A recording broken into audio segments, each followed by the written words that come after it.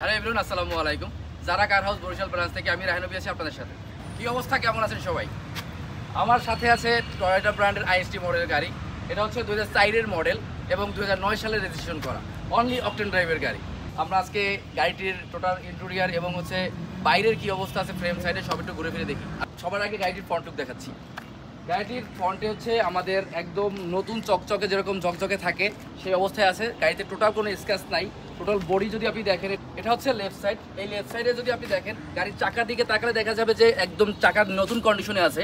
এটা হচ্ছে পুরো আমাদের যে গাড়ির চারটা চাকাই একদম সেম কন্ডিশনে আছে।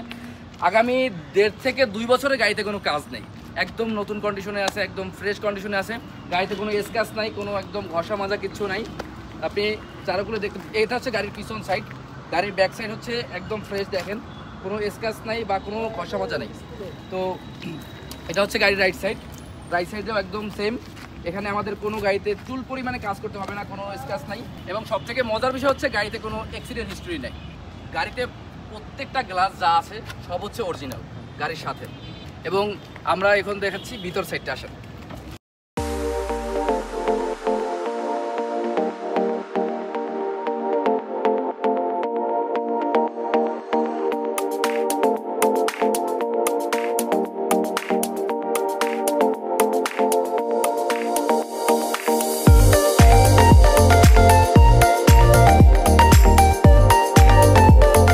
গাড়িতে সবথেকে মজার ব্যাপার হচ্ছে চোখ বন্ধ করে রিল্যাক্সে 5 জন একদম ট্রাভেল করতে পারবেন। আর যেহেতু অকটেন ড্রাইভ গাড়ি, 10 থেকে 12 মাইলেজ একদম অনায়াসে পেয়ে যাবেন। এখন আমরা গাড়ির পিছনের সাইডে দেখাবো গাড়ির পিছনের কি অবস্থা।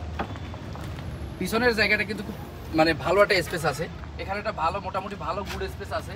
আসুন আমরা এখন ইঞ্জিন সাইডটা দেখি কি অবস্থা। গাড়ির ইঞ্জিন হচ্ছে ভিভিটিআই ইঞ্জিন, 1300 সিসির ইঞ্জিন। গাড়ির সাথে যে স্টক ইঞ্জিন, এটা কিন্তু সেই ইঞ্জিনই আছে। যে টোটাল কোনো ইঞ্জিনে কাজ নাই। ইঞ্জিন, গিয়ার এবং হচ্ছে সাসপেনশনে কোনো হাত দিতে হবে না। আগামী 1.5 থেকে 2 বছর একদম ফ্রেশ কন্ডিশনে আছে। অল ওভার কন্ডিশনের উপরে টয়োটা আইএসটি মডেলের গাড়িটি রেট নির্ধারণ করা হয়েছে 8,40,000 টাকা। তারপরেও যদি আপনারা আমাদের বরিশাল ব্রাঞ্চে যারা কার হাউসে এসে গাড়িটি সরাসরি দেখতে চান, দেখবেন, টেস্ট ড্রাইভ দেবেন, তারপর হচ্ছে আপনাদের সাথে একটা সম্মানের একটা ব্যাপার থাকবে, সেটা নিয়ে সমস্যা হবে না ইনশাল্লাহ।